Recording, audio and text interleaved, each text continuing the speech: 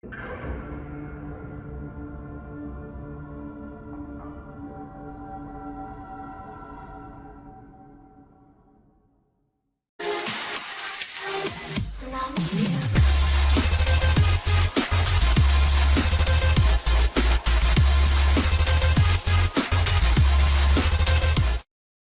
que je fais la différence entre la fiction et la réalité?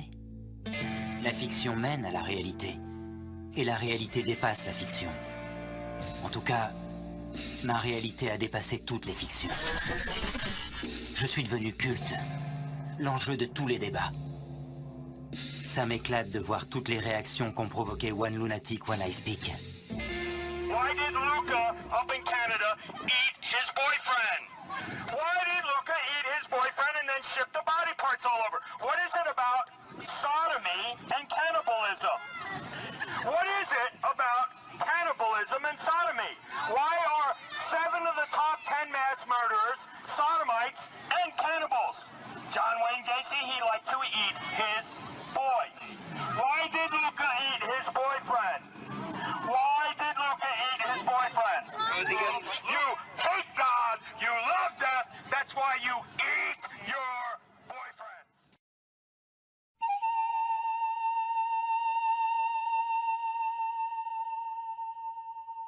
Hey hey hey Voilà, je viens de faire l'intro la plus pourrie du siècle. En même temps, je vais vous faire une vidéo aujourd'hui. J'avais envie de revenir, je me suis dit tiens, c'est parti, on a fini le Mass Murder 1, donc autant continuer. Et il faut dire que j'avais grave envie de commenter une nouvelle fois. Bah voilà, aujourd'hui je vais vous parler de Luca Rocco Magnotta. Donc juste avant, je voulais juste préciser quelque chose.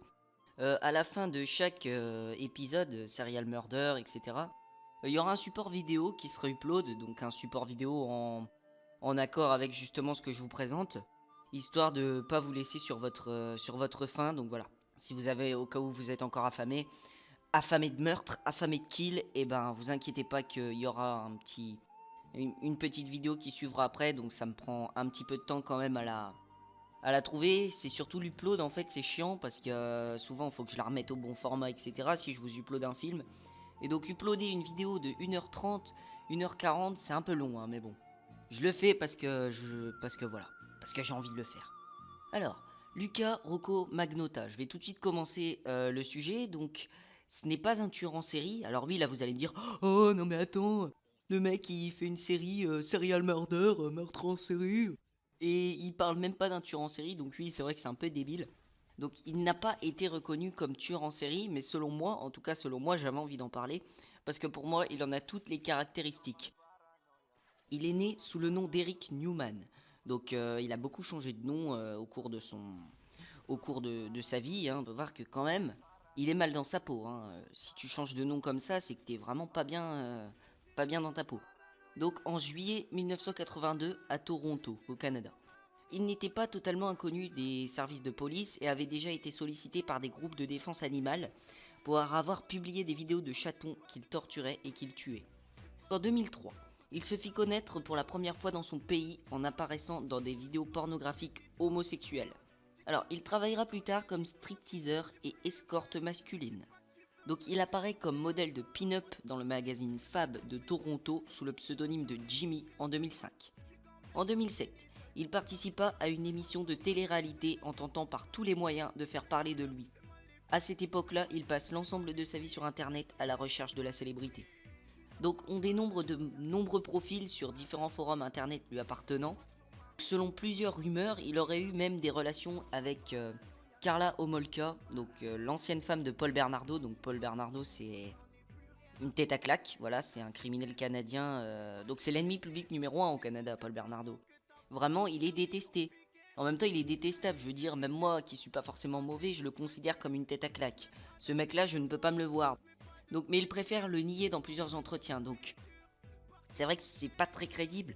Parce qu'il est homosexuel et avoir des relations avec une femme quand t'es homosexuel, c'est pas... Tu vois, je veux dire, c'est pas... T'as pas trop envie, mais bon. Après, c'est surtout aussi pour se faire connaître, hein, qu'il y a des rumeurs comme ça qui circulent sur lui. Donc la police a déclaré que Magnotta avait mis en place au moins 70 pages Facebook et 20 sites web sous des noms différents. En mai 2012, il rencontre Lin Yoon, un étudiant à la faculté des sciences qui travaille comme génie informatique. Donc il travaille l'Inyun depuis peu de temps et à temps partiel, comme commis de dépannage informatique et étudié à Montréal depuis juillet 2011. Il vient de déménager dans un appartement de Griffinton Zone avec un colocataire. Il a été vu pour la dernière fois le 24 mai 2012. Et ses amis disent avoir reçu un message de lui avant sa disparition. Le lendemain, son patron trouva cela bizarre qu'il ne se présente pas à son travail, puisqu'il avait toujours l'habitude d'arriver très en avance. Donc 3 de ses amis se rendirent donc à son appartement le 27 mai, mais ne le trouvèrent pas. Sa disparition fut signalée à la police de Montréal le 29 mai 2012. Donc la police fit quelques recherches et découvrira une vidéo de 11 minutes intitulée One Lunatic, One I Speak, publiée sur bestgore.com. Alors je suis allé la voir, pas cette vidéo, hein, bien sûr. Le snuff movie, c'est tout ce que je déteste. J'ai été voir si le site existait vraiment. Effectivement, il existe, bestgore.com.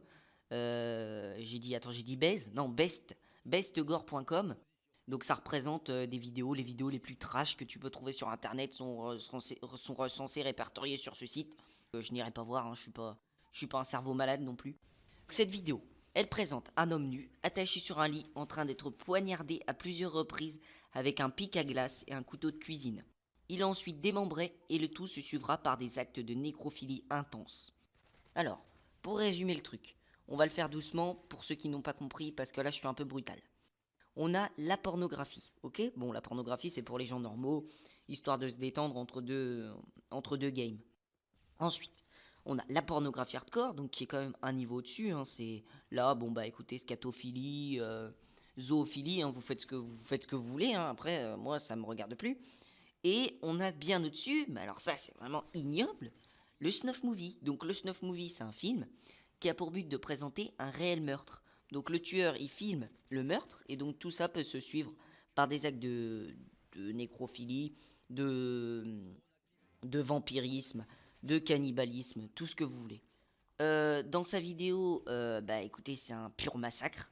Donc l'auteur du massacre, il utilise un couteau et une fourchette pour couper certaines parties de chair. Au cours de la vidéo, la musique True Fate, oula j'ai kiffé le dire, le True Fate, de New Order est jouée en fond et une affiche du film Casablanca est visible sur le mur. Après cette vidéo, les autorités canadiennes vont réussir à obtenir une plus large version de la vidéo et déclareront que le cannibalisme est une option possible pour le tueur qui semble faire preuve d'un niveau de sadisme incroyable. Et effectivement, une promotion de la vidéo avait en tout cas été parue en ligne 10 jours avant l'assassinat. Un homme avait tout simplement informé qu'il allait tuer quelqu'un, qu'il allait le découper et qu'il allait essayer de le bouffer sur internet avant de réaliser donc son snuff quoi. Donc un avocat du Montana avait tenté en fait de signaler cette promotion de vidéo à la police de Toronto et à son shérif local, mais le rapport fut rejeté par les fonctionnaires. Alors, bestgore.com et ses internautes signaleront la vidéo comme trop violente. Plus tard, la police confirmera l'identité de la victime. Pour eux, il s'agit d'un homme asiatique. Alors, bestgore, la vidéo a été supprimée puisqu'ils l'ont signalée comme trop violente, donc elle a été tout de suite retirée du site. Je sais qu'il y a beaucoup de gens qui ont dû la voir cette vidéo. De toute façon, vous voyez de quelle vidéo je veux parler, hein, pour en revenir au fait. La vidéo dans laquelle Magnota quand même défonce sa victime, ce snuff movie là. Franchement, c'est ignoble. Même moi, je vais pas voir ça. Pourtant, j'en connais des choses, hein. Mais j'irai jamais voir un truc comme ça, quoi. Donc, à 11h, le 29 mai 2012, un paquet contenant un pied gauche est remis au siège national du Parti conservateur. Le paquet est taché de sang et une odeur nauséabonde s'y échappe. Il est notamment marqué par un symbole rouge de cœur. Un autre paquet contenant la main gauche a été intercepté et s'adresse au Parti libéral. Un indice capital va ensuite apparaître. Donc le concierge d'un immeuble, je suis désolé pour ceux que ça peut choquer, hein, mais il faut le dire dans la vidéo, hein, découvre un torse en décomposition dans une valise laissée au milieu d'un tas d'ordures derrière une habitation dans la région de Montréal-Snowdon. Il avait d'abord vu en fait cette valise, mais il n'avait pas tout de suite réagi à cause de la grande quantité de déchets justement ce jour-là. Faut savoir que, enfin, j'ai vu moi personnellement les images là où on a retrouvé le torse. Quand même, les Canadiens, on dit de la France, mais le Canada, je sais pas si leur rue c'est une déchetterie municipale, mais quand même là, c'était vraiment sale. Hein. Après avoir fouillé les lieux, la police récupérera des restes humains, des vêtements sanglants, des papiers d'identification ainsi que des objets tranchants et contondants. Voilà, j'aime pas trop ce mot, mais je le dis quand même, contondant. Donc les vidéos des caméras de surveillance à l'intérieur du bâtiment ont filmé un suspect apportant de nombreux sacs à ordures vers l'extérieur. Le 30 mai 2012 a été confirmé que les parties du corps appartenaient à la même personne. Donc la personne à laquelle on avait envoyé les restes en fait au bureau des partis conservateurs et libéral à Ottawa, qui sera plus tard identifié comme Lee Nyun. Une note a été trouvée avec le paquet envoyé au parti conservateur, en disant que 6 parties du corps ont été distribuées et que l'auteur peut tuer à nouveau. Les 3 autres paquets envoyés contenaient également des notes, mais leur contenu a été tenu secret par la police. Le 13 juin, tous les membres et le torse ont été rassemblés. Le 1er juillet, la tête a été récupérée sur le bord d'un lac dans un parc de Montréal. Donc on trouve la tête, donc l'élément, la pièce maîtresse du corps, hein, en décomposition. La tête était en décomposition, dans un état quand même de décomposition avancée. Hein. Après, une dénonciation anonyme rapporte à la police. Donc je sais pas, t'es dans un parc tranquille, tu te promènes et là tu trouves une tête au bord du lac. Moyen quoi, c'est... Moi je me casse en courant. Donc le corps sera incinéré le 11 juillet et ses cendres enterrées le 26 juillet à Notre-Dame-des-Neiges. Donc pauvre Lee Nyun, voilà, j'ai juste ça à dire, pauvre mec, il avait toute la vie devant lui et il s'est fait défoncer la gueule par un... Voilà. Donc la police avait clairement identifié le suspect qui ne cessait de raconter son exploit sur différents sites internet. Cette putain de tête à claque racontait son meurtre sur internet. Je suis vénère là.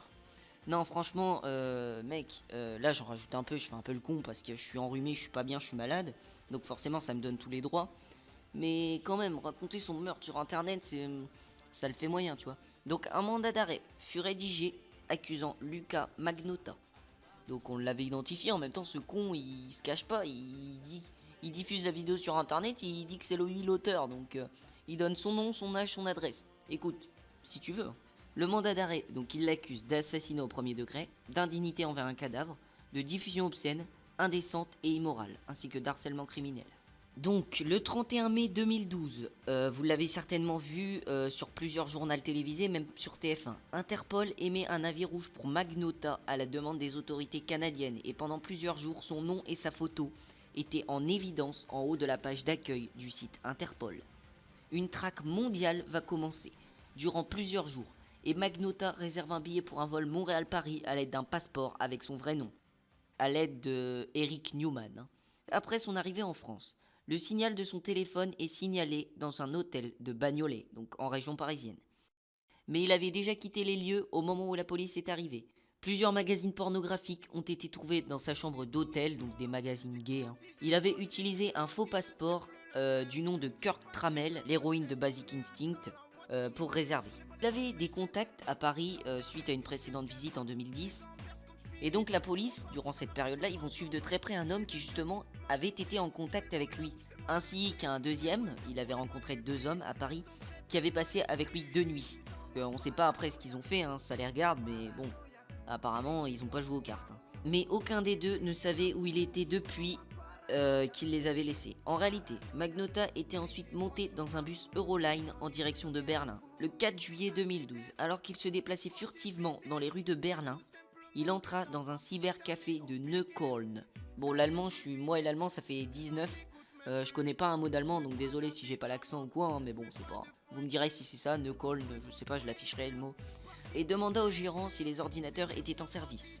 Alors, le gérant, il va lui répondre après quelques minutes, donc il va lui dire oui, écoutez, les ordinateurs sont en service, prenez le poste numéro 25. Mais...